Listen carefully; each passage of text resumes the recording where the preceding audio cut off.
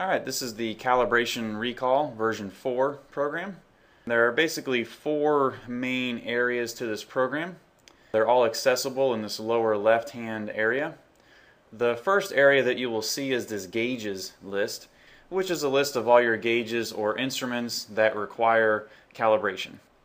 Next we have the risk instruments list. This is a list of actions related to instruments that have had some kind of problem that we have to work through to resolve. We have a user list, which is the individual users that have access to Calibration Recall. And then our workgroup area. The user's rights are defined here.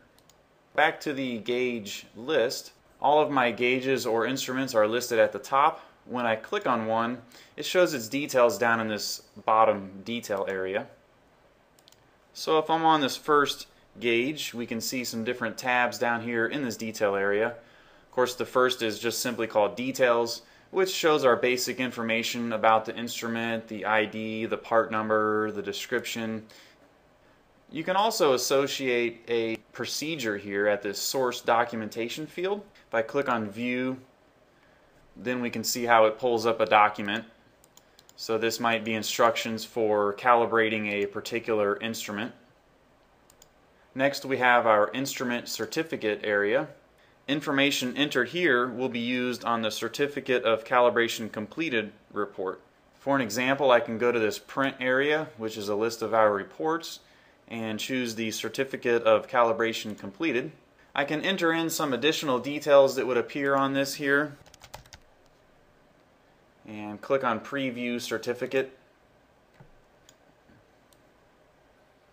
And so we can see an example of this here, which I could then print this particular certificate out.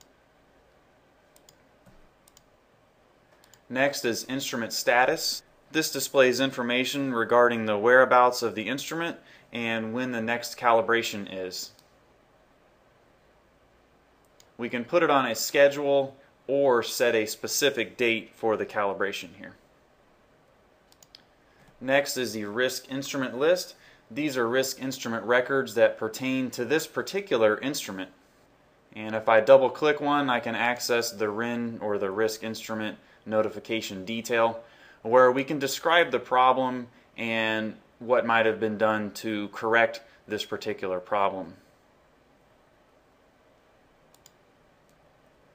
On the history, we have an audit trail for this particular record as we make changes to this instrument.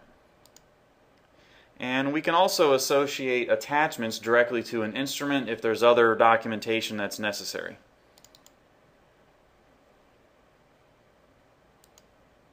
The query system is easy to use and located in this upper left area. For example, I can choose gauges with calibration overdue, and then the list would only show those particular instruments. Maybe I can also choose to see which instruments are currently in the calibration lab. So here they are displayed at the right. And then there are also various reports available within the system that you may choose here in this print area. Some of these reports I can run against one record or all records in the system. Actually, it's probably cut off here. This would say preview details for current record.